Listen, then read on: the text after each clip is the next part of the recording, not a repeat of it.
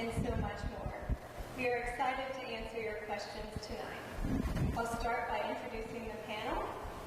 Dr. Pearl James, Director of Undergraduate Studies, English. Dr. Eric Myrick, Director of Undergraduate Studies, History.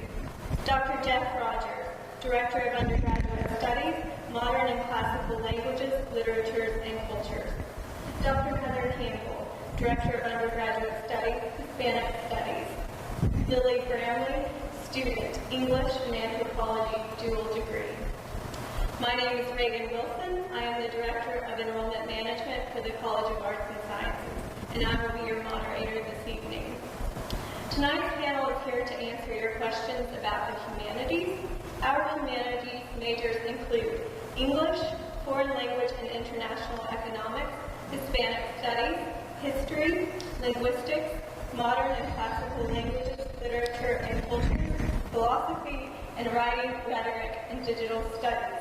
We will also answer questions about student experiences and pre-professional requirements.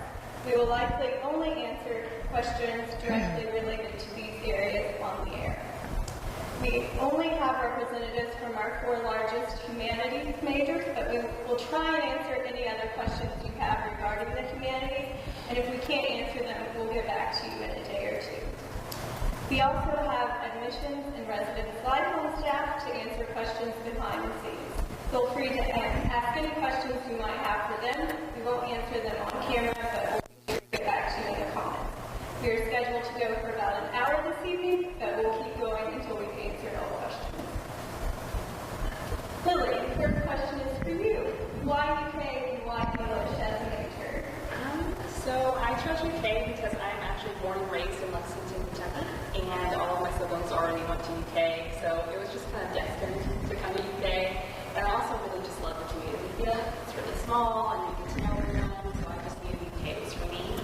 And choosing English, I've always loved to write, and I've always loved to read, so I just knew like this was the major for me. Awesome, thanks, Lily. Dr. Rogers, which languages do you study at UK? This is a good question. I'll surely forget one here, but I'll try to remember them all. We have Arabic, we have Classics, which is ancient Greek and Latin. We have Chinese, we have Japanese, we have Russian, we have French, we have German, and then there's also Spanish, Hispanic Studies, and we teach Hebrew as well. I don't think I forgot. Awesome, thank you. Dr. Myra, I love studying history, and it's something that I've always wanted to pursue in college. What can I do with a history major? There's all sorts of things students can go on to do, and this is actually a question that pertains really not just to history, but to anything in the humanities more generally, and really even beyond the humanities. That's right. There are some degrees that really are setting you up for a particular trade. You want to be an accountant, you're going to major in accounting.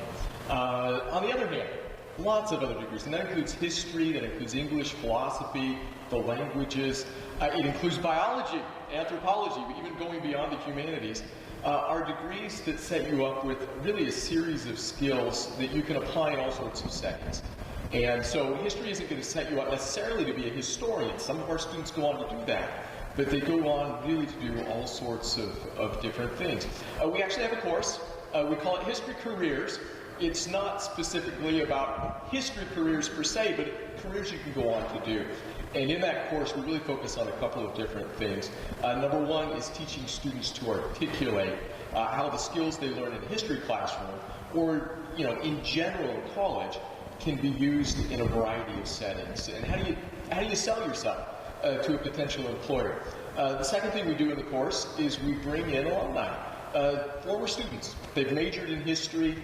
What are they doing now with their lives? And often they're doing all sorts of different things. We've had police detectives come in and speak to our students. We've had pharmaceutical salesmen, all sorts of people. And the idea here is to expose students to all the different sorts of things you can go on to do with a degree in history. And again, this applies not just to history. Thank you, Dr. Myrick. Dr. Campbell, the next question is for you. I want an immersion experience to improve my Spanish. What should I do? Well, I think Immersion is a really important part of language learning, and we really encourage all of our students who are Spanish majors and Spanish minors to explore the possibility of study abroad. We'd like to see students starting, even coming in as freshmen, starting to think about how they're going to incorporate a study abroad experience into their education as a whole. We have all kinds of great programs, from faculty-led programs to and embedded ISA programs here through the Education Abroad Office. And also we have cooperative agreements with several universities overseas where you can go and basically pay your tuition here at UK, but study in a program with other native Spanish speakers in places like Quito, Ecuador, in Barcelona, in Spain, in La Bula, in Puebla, in Mexico, and in Buenos Aires. So lots of opportunities to really get in there and surround yourself with Spanish speakers so that you can start using Spanish in your daily life. Add to that, of course, in the other languages as well, we have a similar array of programs, so that there's lots of opportunities, from short stays to a whole year. So it's definitely something we should try to build into your studies. And we do even see students who combine the languages. So we have students who say, I want to study a semester in France and a semester in Spain. And so they're pursuing those two languages, and they find a way to make study abroad happen and immersion happen for both languages. And if I can jump in, we encourage English majors and history majors to think about studying abroad. There are possibilities of going to an English-speaking country, for instance, doing a semester in England or Ireland or Australia. There are theater programs where you can go spend the summer in London studying at the Globe Theatre and helping with a production. So we too encourage our students to at least think about it. It depends on how many credits you need, whether you want a double major. You'll have to make decisions about how long you can afford to stay abroad and work in classes off campus. But it can be done no matter what your major is. Please start. Dr. James. Yes. I'm interested in creative writing, but I'm not sure if I want to be an English major. Can I still take creative writing classes, or are they only for English majors? We offer creative writing classes for anyone who would like to take them. One of our popular courses for freshmen is English 107, Introduction to Creative Writing. You don't need to have ever written anything to take this class, but you'll still be studying with expert creative writers who are published, who've written novels and books of poems that are bestsellers, and you'll learn whether or not you want to pursue more creative writing classes. But you do not have to be a major. Anyone can start at the 100 level and take as many creative writing classes as they'd like. It's possible to minor, in fact, and do a creative writing minor if you'd like to. Dr. Rogers, going back to study abroad, are there any opportunities to study abroad in Japan during students' freshman year? Perhaps. Freshman year is very early, and it's good to be eager. Part of it would depend on how much Japanese you already have. We'd want to get you here on campus and get you adjusted to being in the UK before we send you off to Japan. So but at the end of your freshman year, for sure, you could do a summer program or something like that. I would see no problem whatsoever. But like I said, we do want to get you adjusted to being a student here at UK and be successful. And we have a wide array of Japanese classes that you can take that will make your study abroad more productive when you do go, whether you're already speaking some Japanese because you've been learning in high school, or whether you're right at the beginning. Whatever you do here will help set you up even better, both culturally and linguistically, to get more out of your experience and to have more opportunities when you're there. So yes, but with an asterisk, I would probably suggest the end of your first year, maybe even your second year. But you could do something in the summer for sure. note to be sure to let your advisor know too that you want to study abroad early on, just so they can prepare you for that study when it's time to go. Dr. Campbell, how will my Spanish AP scores count? That's a great question because we see a lot of students who are studying anywhere from 4 to 6 or 7 years of Spanish before they come to UK. Even a lot of students who've been going through the immersion programs here in Fayette County, so they have from kindergarten all the way through 12th grade. So students who score a 3 or better on the Spanish language exam will get at least all the way through 202. If you score higher, then you'll get credit for 210. And if you score a 5 on the AP language exam, you'll get credit for 210 and 211, which is our Spanish grammar and our Spanish conversation courses at the intermediate level. Which means that you'll be starting in really working right away towards your major or your minor in Spanish at the pre-good level. All of those scores from a 3 to a 5 will also exempt you from needing to take Spanish as part of your A&S college requirements.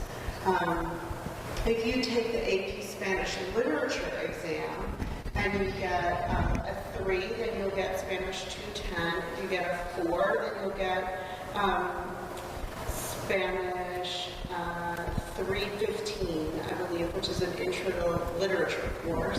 And if you take Spanish, if you get a 5 on the AP Spanish exam, then you get credit for 2 300 level Spanish literature courses. So if you're taking AP Spanish right now, it's really worth taking the exam. I think the deadline for signing up for that is coming up pretty soon at the end of the month. So make sure you get signed up because it can really give you a jump on your Spanish major or minor. Dr. Campbell. Dr. Rogers, can you add anything with NCL major? Yeah, we have a similar system. I won't remember all the course names because there are so many languages, but yes, of course, anything a 3 or above really puts you, exempts you from the first 2 years, and you usually get credit, at least for the second year, and usually some additional classes. So you can get a number of credits depending if it's a 3, 4, or a 5, but in all of the languages we actually give credit for the AP exam.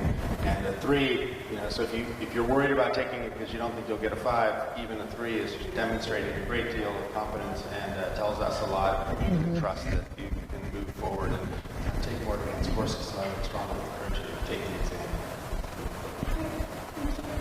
Lily, how hard is it to double major? Well, I'm actually dual degree with English and anthropology, and I think that if you're just really focused and really ready, then I think you should be okay to dual degree or double major. And really just the difference is with dual degree, you'll just get 2 certificates for both of your majors that you are participating in. You'll take the same amount of classes, just get both certificates for as and double majoring, you'll just get the 1. I don't think it's that difficult. I just really think that you just have to focus and be ready for your schedule to be kind of hectic sometimes. Can I jump in on that? A number of us have worked with students in the double major, and I've worked with lots of different students over the years. And I'll have students actually come to me in history, and they'll say, I'm doing this degree in civil engineering, but I love history. What about a minor? And then we'll look, and they've got room to do a major. And so, I've had a student do a civil engineering history degree. I had another student do mathematics and history, one do chemistry, a BA in chemistry with history. And then students doing things that might seem more typical, history and English, or history and international studies, and a variety of things. But college is a chance to explore. And you got to choose a major. Eventually your advisor will make you choose a major. But don't feel that you get it. You have to work yourself into a corner. Students come to UK with all sorts of varied interests. And I would add to that, just to follow up, in the languages, I encourage all of our students to double major. And we really try to set it up to facilitate double majoring. Some students really only want to do French, and they take lots of French, and that's great. We're fully supportive of that as well. But quite often, when you're interested in German, you're interested in German and German history, or you're interested in German literature, and so having an English major goes well with that. Or we have engineering majors, we have lots of engineering majors, in fact, that go take classes in math in the summer in German and come back and so on and so forth, and are able to work on both at the same time. So there's lots of opportunities, and particularly if you already have a little bit of advanced proficiency and you're not starting right at the very beginning in languages, it's pretty easy to do. I would say I think that students who double major often come in with some credits from high school, and usually a significant number of credits. And when you are a freshman and you arrive on campus, one of the exercises you'll do with your advisor is to make your own 4-year plan, figuring out what classes you need to take to satisfy the general education requirements here, which we call the UK core, then the arts and sciences requirements for our particular college, which are breadth requirements basically, and then the requirements of your major. And once you write those into your 4-year plan, you might see, wow, I have 2 empty semesters here. I can study abroad, or I can take on a minor or another major. So it's really a question that is going to fall into place, I think, once you're on campus. I think also study abroad makes a big difference for, especially with the languages, being able to add a second major. We see a lot of interest right now with students who are natural science majors, so biology, students who are doing pre-med, pre-pharmacy, nursing students, PA students who are wanting to incorporate language, and particularly Spanish, because they're seeing that need for Spanish-speaking providers here in the United States. And so we have a lot of double majors in neuroscience, in biology, in chemistry, and then also, like in MCLLC, a number of engineering majors who are doing internships in engineering in Chile or in Spain.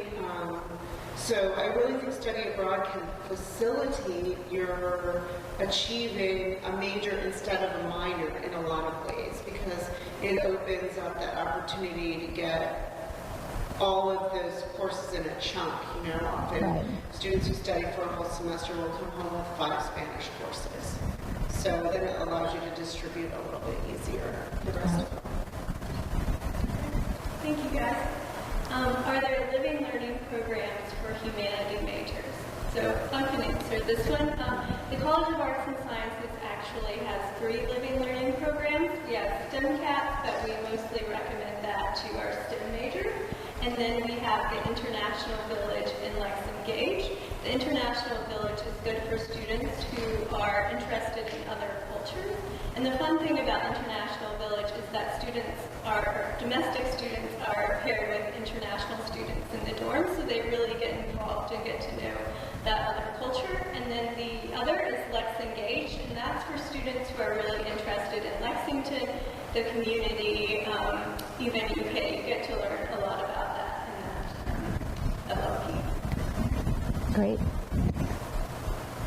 Dr. James. Yes. What if I start as an English major and then change my mind and want to switch to a different major? This happens to a lot of students, and it's really somewhat typical. I think sometimes students come in with an idea based on what they liked in high school, that they want to major in something, and then they get there and you discover the world of subjects that you can study in college.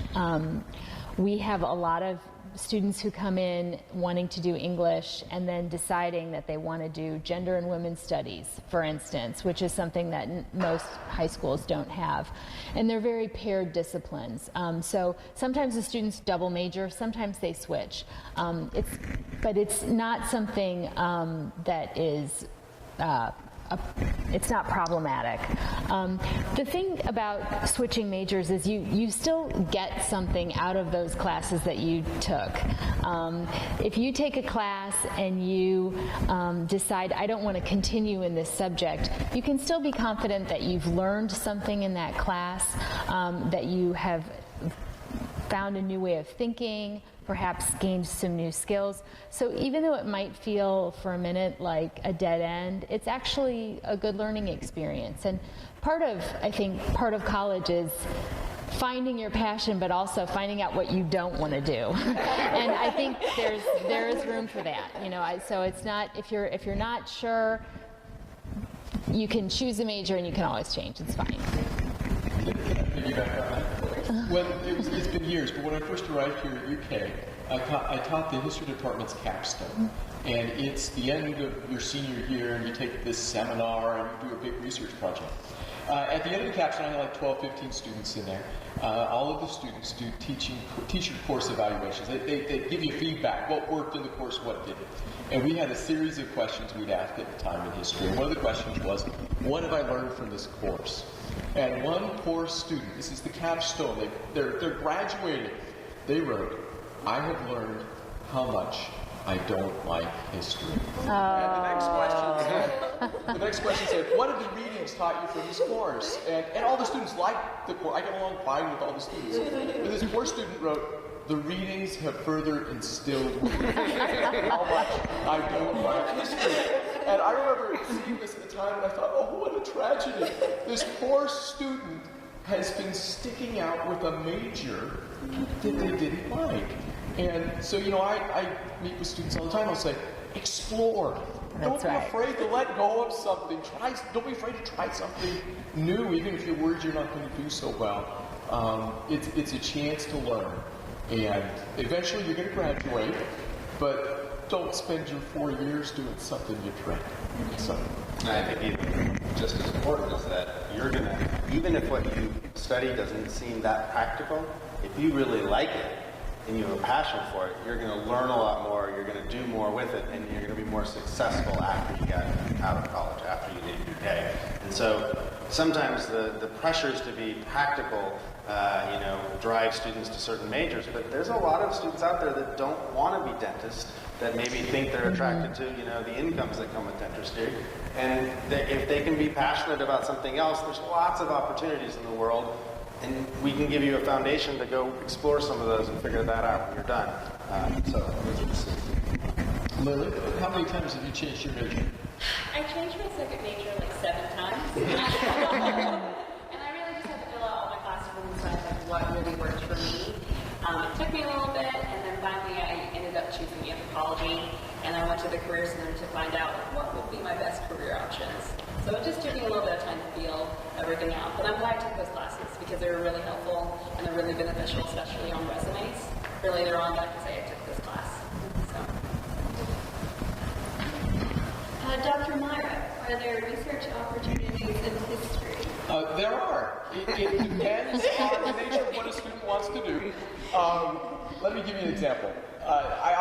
Students that are interested in research, I'll often say, well, go do some coursework in the area that you're interested in, and more especially work with the professor that you might be interested in doing research with. And you need to build a foundation in terms of coursework and so on. To do research in history, often, depending on what you want to do, requires certain tools. And so, for example, I study the early modern Portuguese world, colonial Brazil, early modern Spain, and so on. A student comes to me and says, Dr. Myrick, I loved your class. I want to do research in this field. Well, we've got to start from square one. We've got to learn Spanish and Portuguese, and then we've got to be able to read the 17th century script, and there's a variety of things. On the other hand, a student comes to me and says, I took this course with Dr. Mark Summers. It was 19th century U.S. historian. It's the most fabulous thing I've ever taken. I say, go talk to Summers. That material is going to be, he's going to send you to the newspapers from the 19th century. You're going to delve and have fun and so on. So anyway, it depends on, what a student really wants to do. But there's all sorts of opportunities. And even in terms of building up tools, I send you to take Spanish courses. I send you to build the foundation that you would need to be able to conduct, research at a high level. So, but and beyond history, of course, there's all sorts of other things in the humanities in terms of research opportunities. We have an English major. Here we are in the Bancroft Library. We have an English major who did an internship here, a paid internship, I might add, here in the Bancroft on one of the manuscripts, the medieval manuscripts that UK owns. So these are books, they're one of a kind, they're written by hand. And she did some research into where the manuscript was assembled. And she was able to make some discoveries about this book that no one else had talked about. And she is now a senior and finishing a research project that she's doing out of one of the Humanities centers here on campus, the Gaines Center. So there are lots of research opportunities. It's not for everyone. I think some students like their classes and they take their classes, but then they are very interested in other activities. Maybe they have a sport. They might not be looking for intense individual research experience. But if you are that kind of student, I would echo what my colleague here has said, which is that finding a professor whose approach to things interests you is a good start, and perhaps taking 2 courses with them. Maybe you can get involved in an area related to their research. It's a little trickier in the humanities to do research than it is in the bench sciences like chemistry, because we don't have laboratories. I don't have a bunch of Drosophila flies in my lab right now that I need help from students to count and to monitor. So it's much more a question of talking with the student, figuring out what exactly it is they're interested in, helping them find some texts that they can read, and helping them really formulate their own project. So that's how it typically works. And again, it's not for everyone, but if it's something you want to do, there are a lot of opportunities to do it. Do you want to add anything, Dr. Campbell or Dr.? Yeah, another follow-up to that is getting to know a faculty member. Quite frequently, if you do take a class and you're very interested in, the first step is to take an independent study, perhaps, if you're highly motivated, and working on your own with some oversight and some time to discuss with them. So that's, not everyone can do that all the time, but that's a good intermediary step to sort of build up some of your skills and figure out if this is a project you want to pursue further, and so forth. So there are definitely lots of opportunities. And there are also opportunities that aren't in the core humanities. I mean, in the languages, for example, we have people doing research about language acquisition and teaching, right? And so there are some projects in those areas that are much easier to get involved in, where they need people to do stuff in classrooms, or they need people to do linguistic surveys and so forth. So there are other opportunities, too, that are more sort of social scientific, but there would still be some of our overlap with some of our areas. We also see students who are combining their interest in and the requirements to do research with the Honors College and working in the languages. Frequently, again, I feel like I'm harping on study abroad, but it really is sort of a jumping off point for a lot of our students, and it really ignites their passion for language learning and culture. And so we have a lot of students who actually do an honors thesis in the Spanish department, where they're combining their interest with Spanish language with perhaps an interest in a specific social movement or a specific author. So we have students who've studied language access in hospitals. We have students who've done research on ecotourism and access to language. So there's a lot of things where that you can pull in your interests from other areas and combine that with the language aspect and create an honors thesis that is a presentation of that individual research. Awesome. Thanks, guys. Dr. Rogers and Dr. Campbell, do I need to know the language of the country in order to study abroad there? I mean, we see students take everything from the equivalent of Spanish 101 all the way through 400 level coursework in their study abroad program. So the answer is no. Frequently, if there are established programs available, you can take some Spanish, and then you can take other courses in English that are offered within that same program. So you can start your language learning experience abroad, or you can enrich your language learning experience abroad.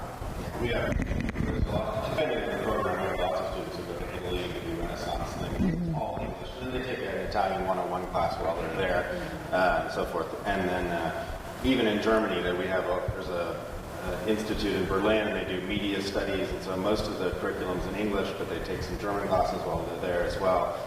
So it really depends on the program. And English as the sort of international language of research, at least in Europe, where we have a lot of students go to Heidelberg, Germany, there's always visiting American professors, and there's always courses in certain subject areas that are in English, so you can do both. Even if your language isn't up to the level where you can completely immerse yourself, you can take language classes that will help you make friends and have a social life while you're there, but then still continue to earn some credit in English that will apply toward your degree, so you can make good progress toward your degree. So. And there are lots of great faculty-led programs by UK professors or professors that are part of the KEYS consortium, and those faculty-led programs are frequently, the coursework is in English, but you're living in Madrid or city, and so you're surrounded by the language, you have the opportunity to use the language, but you're not required to do coursework in the language. If I can use an example, there's a professor in the English department who takes a group of students, you don't have to be an English major, but takes a group of students to Barcelona in Spain for 8 weeks in the summer through KEYS consortium. And the classes, you take 2 classes, one is travel writing, and the other is the Spanish Civil War, which was a really political, it was an important political event in the work of a lot of mid-century modernists and important writers, people like Ernest Hemingway. So you learn about what American writers and British writers thought about the Spanish Civil War. It's all in English. Meanwhile, you're in Spain and you get to actually go to the places that they're talking about, and you get to pick up some Spanish while you're there. So there are lots of opportunities like that. Dr. Rogers, what job opportunities are there for Japanese majors? There are, again, my colleagues in Japanese would give you immediate responses that would be more Japanese specific. As you probably know, if you're studying Japanese already, there's a great deal of Japanese investment. I think Japanese investment is second only to Canadian, and in Kentucky it might even be first. So there's a lot of manufacturers and different companies and so forth that do Japanese work in Kentucky. And so having Japanese language skills will definitely give you a leg up with lots of those companies. We recently had a speaker who's a Japanese major. She's working for one of the big banks in Cincinnati.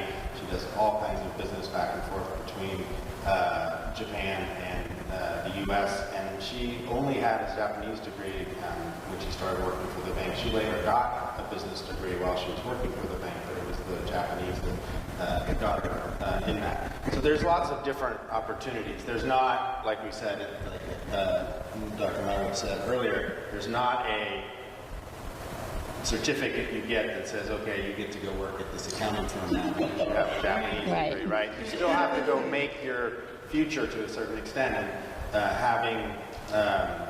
having these skills will give you a leg up in lots of different areas. But I tell people to combine them with other things too, so that if you're interested in politics in Japanese, then you'll go in a different area than if you're interested in, engineering in Japanese and so forth. So that said, most of our majors find good futures for themselves, and lots of them end up using the language. Not all of them, but a good portion of them. Can I jump in on that one? Again, different degrees set you up in different ways, but anything we're talking about here in the humanities give you a broad range of skills. A really good example is actually my wife. She studied Asian studies as an undergrad, which would be kind of similar to UK's degree in international studies, with a real emphasis though on Chinese. And so my wife lived abroad in Taiwan for a period of time, became very fluent in Chinese. What did she do from there? She went to grad school, did a degree in library science, a Master of Library Science. So she had this Asian studies thing going on, fluent in Chinese, had lived abroad. Combined that with library science, she was on the job market. She found a job as an editor for an academic environmental science journal. And every day she has the opportunity now to work with people all across the world including in China. And her language skills, when she was even interviewing for this position as an editor for this academic journal, she said, you know, I speak Chinese. She'd also lived abroad in Portugal. She spoke Portuguese as well. But she said, I bring this to the table. And they liked her library science background. They loved her Asian studies background. She's done this for 10 or 15 years now. And lots of conference calls to other parts of the world. So anyway, again, our degrees set you up with a bunch of skills. Languages will give you further opportunities. And you know, one of the tricks for students is to learn to articulate how what you bring to the table is precisely why they want to hire you. And you say, no, you want to hire me because I did this degree in Japanese. Anyway.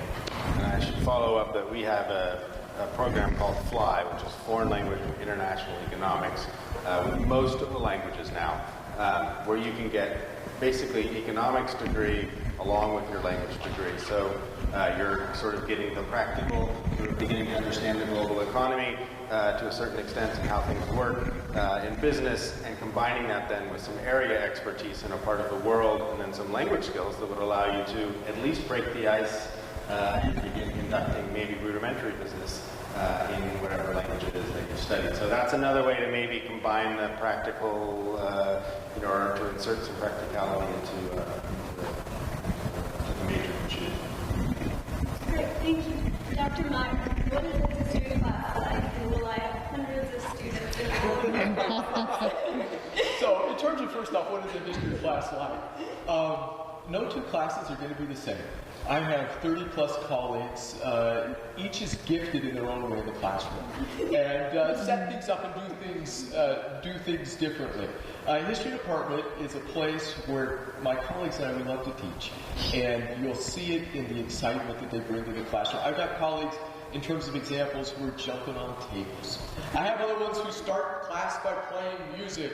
One, Mark Summers, that I've mentioned before, comments and says, I play music, I try to get students to sing along. It doesn't work very well. Anyway, there's all sorts of things you're going to find in a history classroom. In terms of the size of our classes, our 100-level classes tend to be very large. Those typically have anywhere between 1 and 300 students. Students typically go to a large lecture twice a week. Then they typically, not always, depends on the class, we typically go to what we call a recitation, where you work in a small setting with 25 students with a teaching assistant. Those are our 100-level classes. If you're a history major, or any student that comes and visits me in my office, I will say, yeah, you can go take this 100-level class, and I've actually sat in on them. I actually sat in on our U.S. survey. I only missed 2 classes the entire year, our big 300-lecture survey, just to see my colleagues in action, and because I hadn't had U.S. history in a very long time. But anyway, you can go take that. On the other hand, a student comes to me, and I say, what are you interested in? And they say, well, I'm interested in X, Y, or Z. And I say, well, here's an option with 300 seats. Here's an option with 40. And I encourage them. I say, listen, there's no reason you're an incoming freshman. You need to sign up for the 300-seat course. Come take this 200-seat or 200-level course with 40 seats. And particularly our majors, I encourage them to consider, the smaller courses. But again, it depends on what a student's interests are and so forth. In terms of the requirements of the history major, I tell them, I'm always happy to substitute, and we can give you a class with 40 seats instead of 300 and just have it take the place of this 100-level course. So anyway, but the department's full of faculty who love to teach. It's something we talk about all the time in the department. Dr. Campbell, do you want to talk about the size of the Spanish classes? Sure. I think we're sort of at the other end of the spectrum.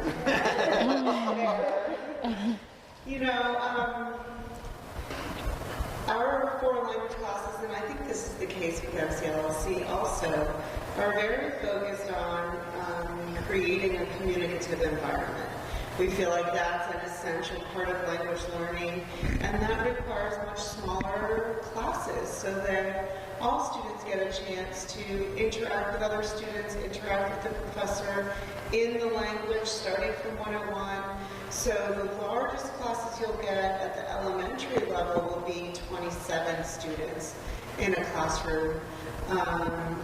There are some courses that we offer at the 300 level that are film courses, and those courses have a lecture portion that may have as many as 70 students in the class, but then they have breakout sections either in English or in Spanish, and those breakout sessions are more like 25. And then our 400 level courses have a cap on them at 20. So we don't have any classes at the 400 level larger than 20 students in the classroom. So that really gives the students an opportunity to use the language, to hear it spoken not only by the professor but by the other students in the classroom, have interactions in a communicative way in the target language, which is really important to us. Thank you. Lily, I'm involved in several clubs in high school. Are there opportunities to do that in college? There's so many opportunities. We have over 700 clubs on campus right now, ranging from a squirrel watching club. We have the Pokemon Trainers Association. We have UK Shakes, which is a Shakespeare club here at UK with the English department, and they also do performances. We have such a wide variety. And really what I recommend is that, especially your freshman year, please get involved. It's a great way to make friends, and also you can always look up any club at any time on our website. It's the BBN Involved website, and it has everything listed out, and you can even go through and pick what you like and what you don't like. So I like more cultural things, so I'm going to pick more cultural clubs. So it's really great. I really love it. Another one for you, Lily. What kind of academic support do you get as a student? I get great academic support. I've had both of you, Dr. Meyer and Dr. James, professors. So I always go to office hours. Big time, that's what I recommend. Go to office hours. Always ask questions in class. And if you don't feel comfortable asking questions, then go to their office hours. They're always warm and welcoming. I've had a couple who just have candy out and they're just waiting for someone to come see them. So it's really great to get to know your professors too, and that's helpful later on if you want to do research as well. To really get to know your professors, and if you have questions about tests as well, just a great thing to do. So I feel like I've had really great support from my professors. And one of the important things about getting to know some of your professors is that someday you will want to leave UK and go out into the world, and you may need letters of recommendation, you may need, and so forth. And if you don't develop at least a lasting relationship with one or two of your professors, some of those things can be more difficult. So it's really important to make some effort. You know, even in the beginning, you might just have an instructor that you really like, you think is very interesting in a basic 100 level class, and it may not be your major even, but you have a good rapport with that person, and they can comment that you're a hard worker and you were always there. That's a positive thing, and that's someone to sort of keep in touch with. So those are things that to keep in mind as a student as well. There are some other academic supports that are probably worth mentioning. There's a place called The Study. There's a writing center. There's a place called Pres U. And these are places where students can go and get free help. I know about them a lot because English majors often end up working in them. English majors tend to be pretty good writers. And they sometimes get trained and then go become peer tutors, helping other students who come in who they've got a paper, or they want to talk about their thesis or their evidence. English majors often are making $10 an hour working at the Writing Center on campus or at Pres U, which I think helps with papers but also helps with presentations and PowerPoints and speeches and other kinds of multimodal assignments. But there's a lot of support. But yes, office hours first stop. Thanks. Dr. James, is it possible to be an English major and also be pre-med? We do, yes. It's difficult, but we have some intrepid students who are both. We have a student who is in med school this year. She just graduated last year and got into a good medical school program. It's complicated because of biology. The pre-med courses are more sequential than English courses. If you want to take this one, you've got to take your prerequisites in a particular order. So if you're pre-med, you really have to be aware of the order in which you have to take your classes. When are they offered and when are you taking them? Once you do that, you'll have some room around the edges. And I'm a strong believer that being an English major will help you be a better doctor, because just hear me out, may sound crazy, but the things we talk about in English classes are things like love, fear, pain, dreams. And these are things that if you're able to talk about with your future patients, if you're able to have an empathic relationship with your patients, you're going to end up being a better clinician. Even if you're trying mostly to heal a medical problem, having some kind of connection, being able to reach them and have some kind of trust with them, I think will probably make you a better physician. It'll also, I mean, there's our professions in life, and then we're thinking creatures. We need to be able to read and have passions and entertainments outside of our work. And I think, you know, having more than just one major and one path in life is valuable. Can I piggyback in on that? Mm-hmm. Two of our current history majors are pre-med. One will be going to med school next year. And it's something that can definitely be done. It's something I was. I majored in Latin American studies, and I was pre-med. And so I took all of the courses to go to med school.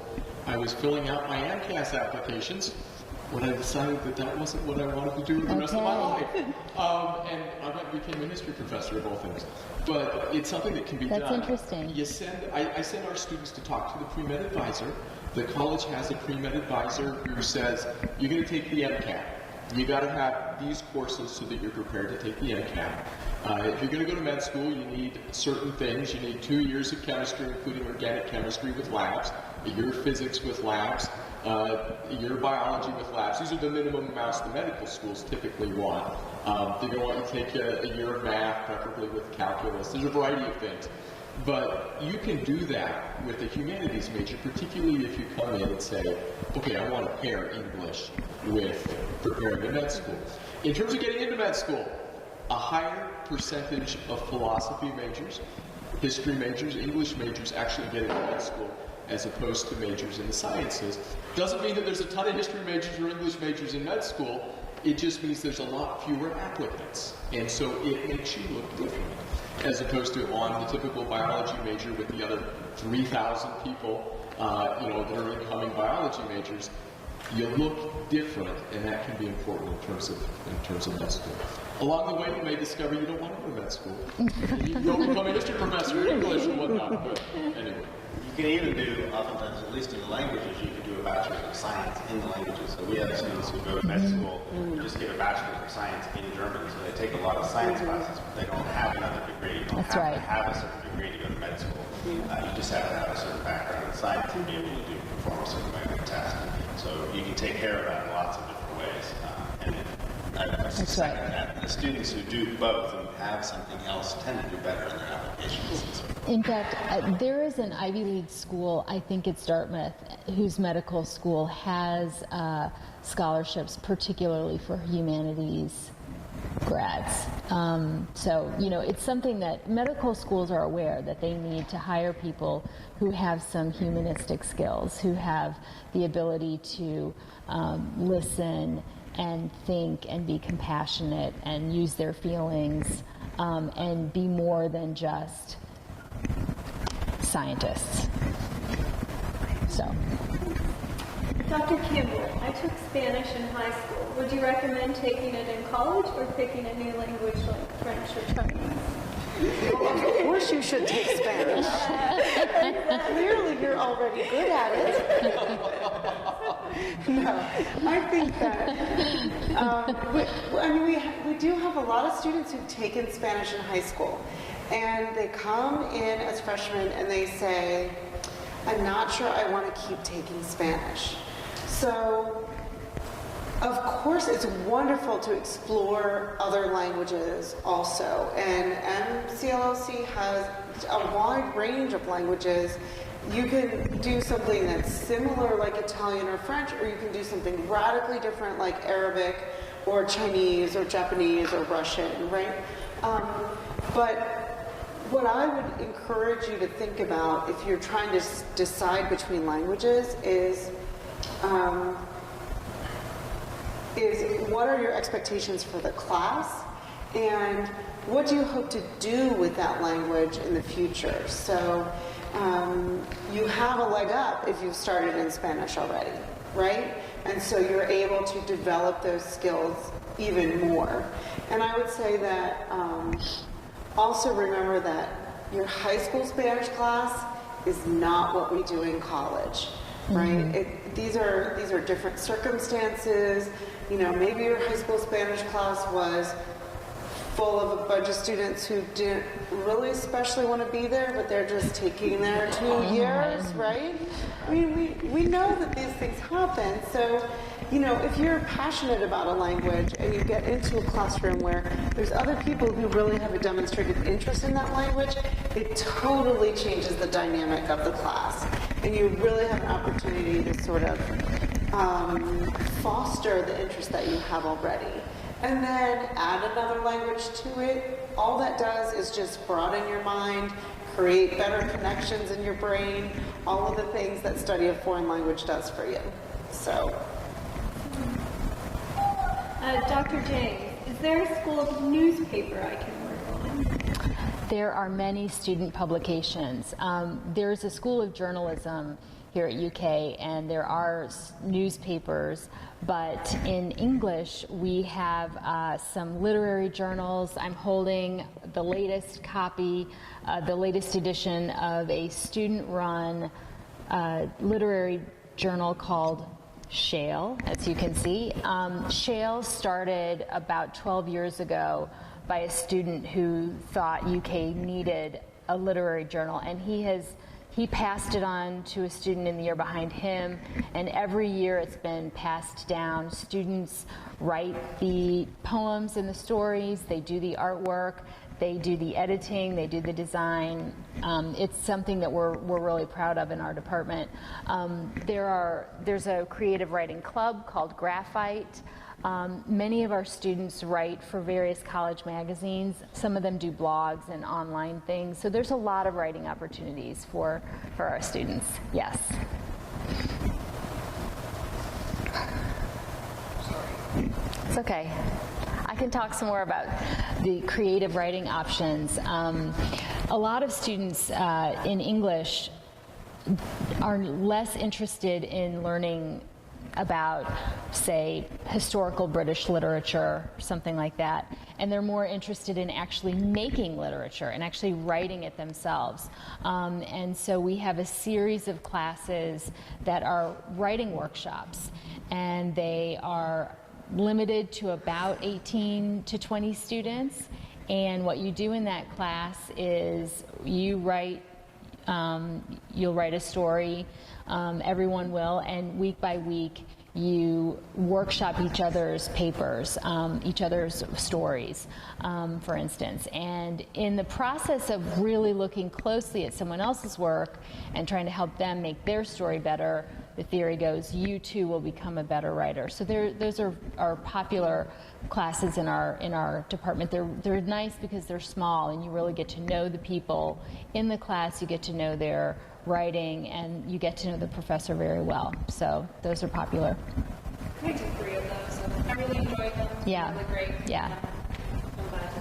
Just another opportunity for practical experience that very much elevate whether you're working for a business or for the city or whatever it is, right? If you haven't worked on a literary journal, it's going to give you all kinds of editing and, meeting deadlines and gathering work and collaborating, all these skills that employers want. So even if the literary journal itself doesn't seem all that practical, you're doing all of these things that are very applicable to what employers do. It's funny you should say that. One of the things that they have to do is fundraise.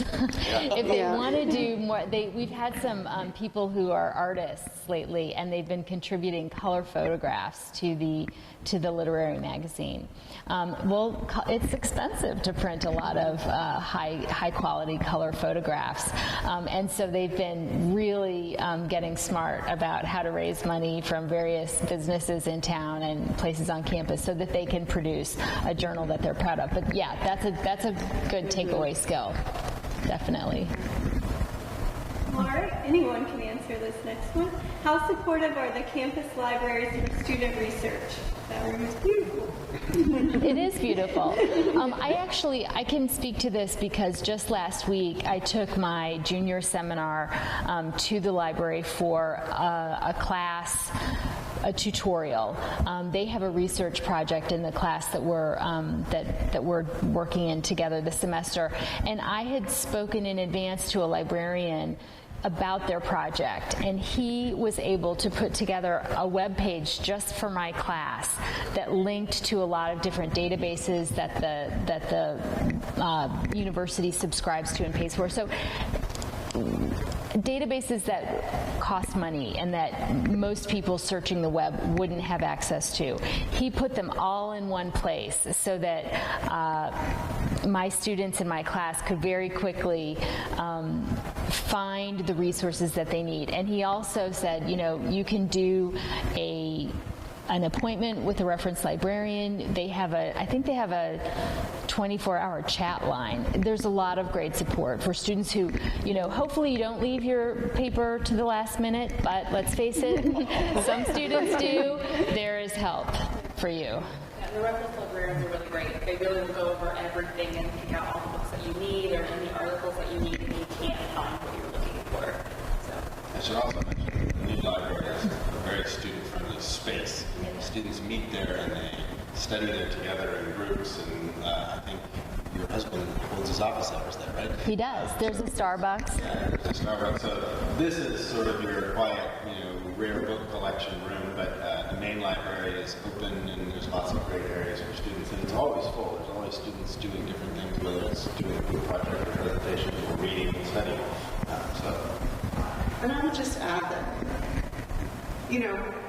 all of us sitting here are passionate about education, we're passionate about connecting with students, and the librarians who choose to work on a college campus are also passionate about that. So if you go and ask them a question, they are excited to help you.